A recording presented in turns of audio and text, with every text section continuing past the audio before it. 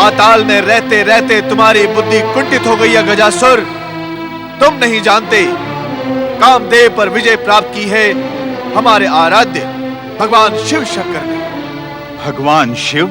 हाँ, तुम भगवान शिव के हाथों मारे जा सकते हो, मारे जा सकते हो, मारे जा सकते हो।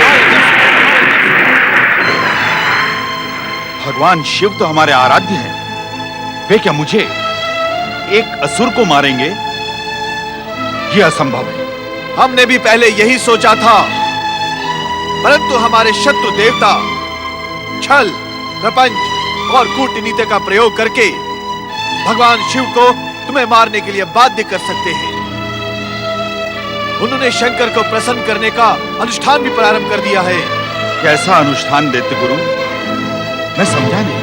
काशी के शिव भक्त यज्ञकर्ता ब्राह्मणों ने भगवान शिव को प्रसन्न करने हेतु तुम्हारा वध कराने के उद्देश्य से काशी में एक विशेष यज्ञ प्रारंभ किया है। तुम तुरंत वहां जाकर उनके यज्ञ में बाधा डालो। किसी भी प्रकार ये यज्ञ पूर्ण न होने दो। मैं अभी जाकर उन ब्राह्मणों को अपने विशाल चरणों तले कुचल देता हूं। न रहेगा बांस, न बजेगी बांसुरी। नहीं नहीं गजासुर, ऐसा नर्त न करना।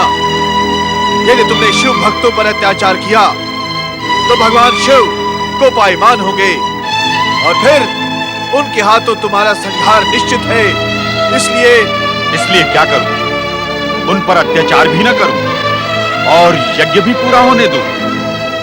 ये दोनों बातें कैसे संभव है? गजासुर, सबसे पहले तुम अपना आकार छोटा करो। अब वरदान प्राप्त करके तुम अतुल बलशाली बन गए हो।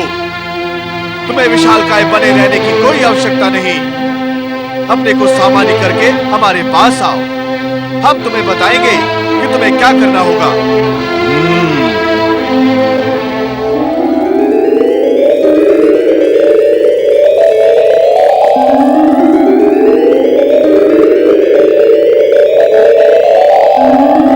गुरुदेव, सबसे पहले स्वर्ग पर अधिकार करके देवताओं से मुझे अपने पिता की मृत्यु का प्रतिशोध लेना है। पहले ये कार्य कर लूं, फिर काशी के ब्राह्मणों का यज्ञ चुटकियों में ध्वस्त कर दूंगा। गजासुर, हमने तुम्हें पहले भी बताया था, अब फिर बता रहे हैं कि तुम्हारे पिता का वध देवी दुर्गा ने किया था और उस षड्यंत्र में सभी देवता सम्मिलित थे। उन्होंने ये आवाहन करके त्रिदेवियों की शक्ति से देवी दुर्गा को प्रकट किया था। कौन थी वो त्रिदेवियां? देवी लक्ष्मी, सरस्वती और शिव संगनी माता पार्वती। परंतु तुम उनसे प्रतिशोध नहीं ले सकते हो। तुम्हारी वरदानी शक्ति उन तीनों को कोई हानि नहीं पहुंचा सकती, क्योंकि वे अपने अपने लोक में सुरक्षित हैं।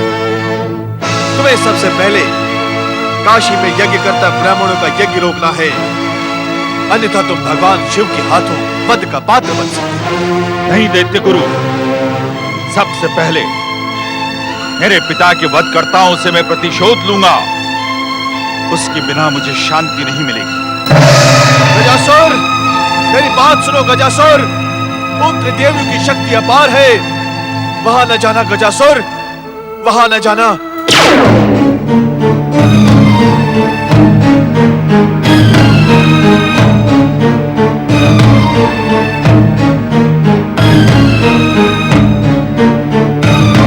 ब्रह्मदेव, आप यहां हैं?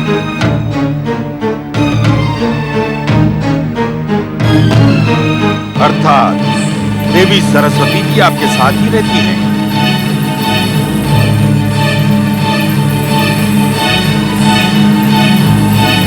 गजासुर,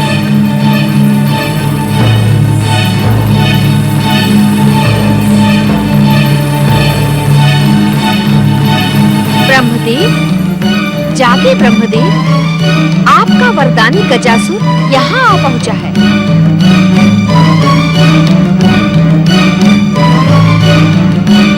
गजासुर, तुम यहाँ? चले जाओ यहाँ से। ब्रह्मदेव, आपकी दी हुई वरदानी शक्तियों का उपयोग मैं यही करूंगा। मेरे पिता का वध करने वाली दुर्गा इन्हीं सरस्वती की ज्योति से प्रकट हुई थी। इस दुष्ट को यही समाप्त कर दे।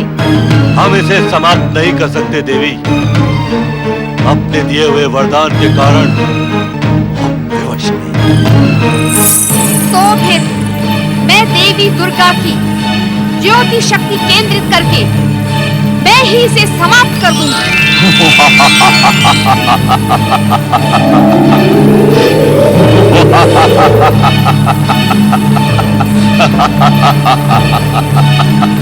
मैं अपने पिता की मृत्यु का प्रतिशोध लेने के लिए तुम्हें अभी यही समाप्त कर दूंगा।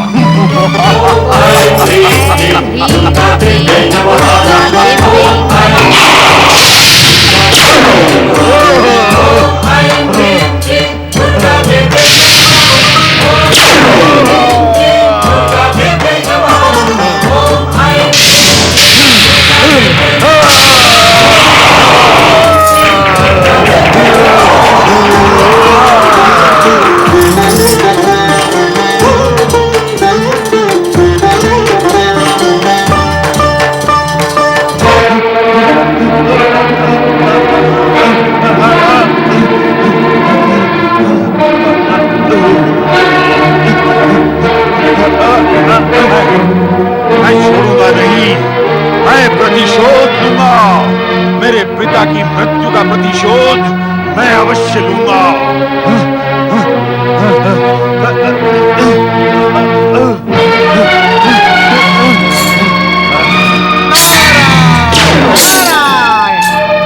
गजासुर, प्रतिशोध लेते लेते तुम्हारी ये दुर्दशा कैसे हो गई? तुम कौन हो? तुमने मुझे रोका क्यों? वो ये जानने के लिए कि तुम्हें ऊपर से नीचे फेंका किसने? दुर्गा बनने वाली देवी सरस्वती ने। ओहो हो, देवी सरस्वती ने। धन्य है वीणा वादिनी माँ शारदा, धन्य है। आप ये सब भी कर सकती हैं? अब मैं देवी लक्ष्मी से प्रतिशोध लूंगा। वो भी दुर्गा का अंश बनी थी। तुम देवी लक्ष्मी से प्रतिशोध लोगे? तुम? नारायण नारायण, देवी लक्ष्मी तो माता सरस्वती से भी अधिक उग्र हैं। वे उग्र हैं तो मैं वरदानी हूँ, मैं महाबलशाली हूँ। पहले ये बताओ, देवी लक्ष्मी मुझे कहाँ मिलेगी? नारायण नारायण, माता लक्ष्मी जहाँ निवास करती है वहाँ तो मुझ जैसा कोई बिरला ही पहुँच सकता है। पता नहीं तुम ब्रह्मलोक कैसे पहुँच गए?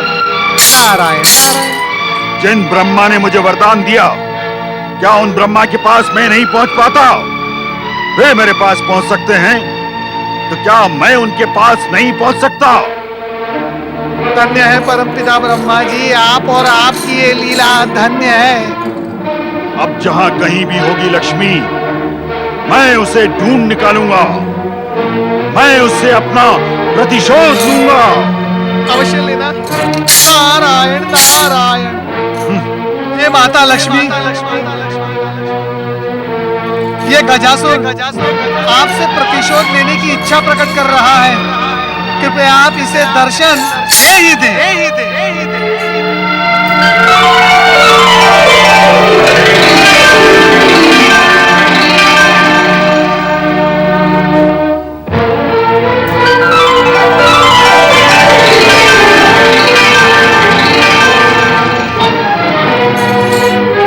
प्रणाम माता लक्ष्मी। अच्छा, तो यही है देवी लक्ष्मी। माता लक्ष्मी, इस वरदानी गजासुर के हृदय में आपके प्रति जो प्रतिशोध की भावना और ज्वाला भड़क रही है, कृपया आप इसे शांत कर दें माता, शांत कर दें।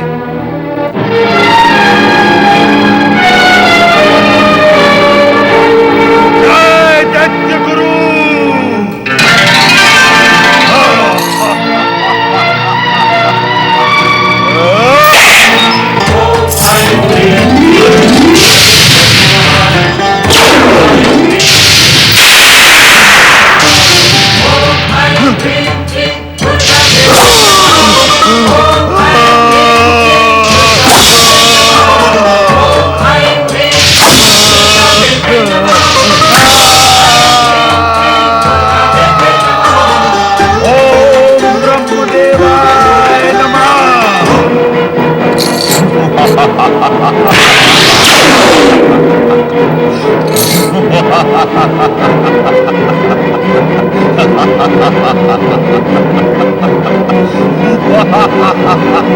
नारायण नारायण। माता, आपने अपने इस कमलास्त्र से इस दुष्ट के टुकड़े तो कर दिए, परंतु ये पहले जैसा फिर हो गया। ये ब्रह्मा जी के वरदान का परिणाम है नारद। पता नहीं ब्रह्मा जी ऐसे दुष्टों को वरदान क्यों देते हैं।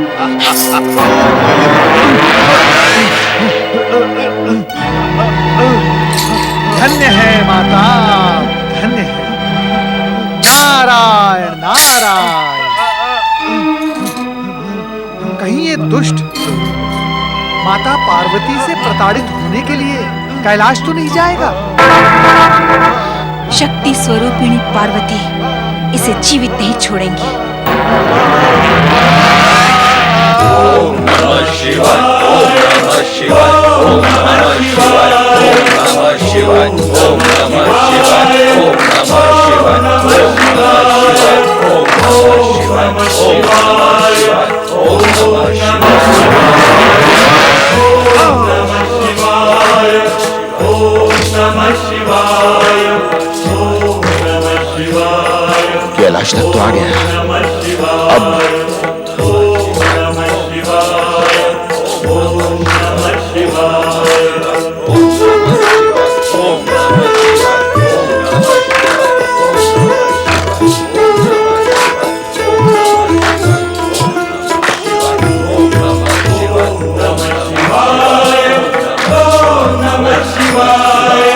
इस जटाजूटधारी बागंबर पहने व्यक्ति को देखकर मेरी मन में भक्ति भाव क्यों उत्पन्न हो रहा है?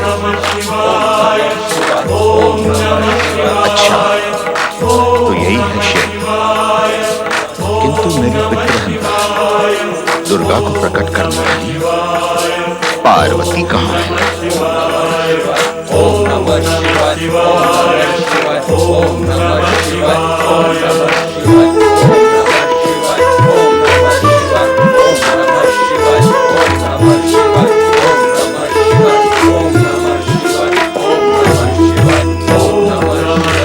पति परमेश्वराय नमो नमः। ओम नमः शिवाय,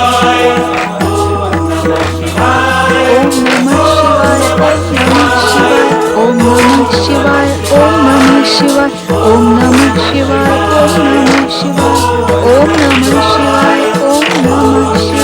ओम नमः शिवाय, ओम महिषासुर मर्दिनी साक्षात शक्ति स्वरूपा देवी पार्वती।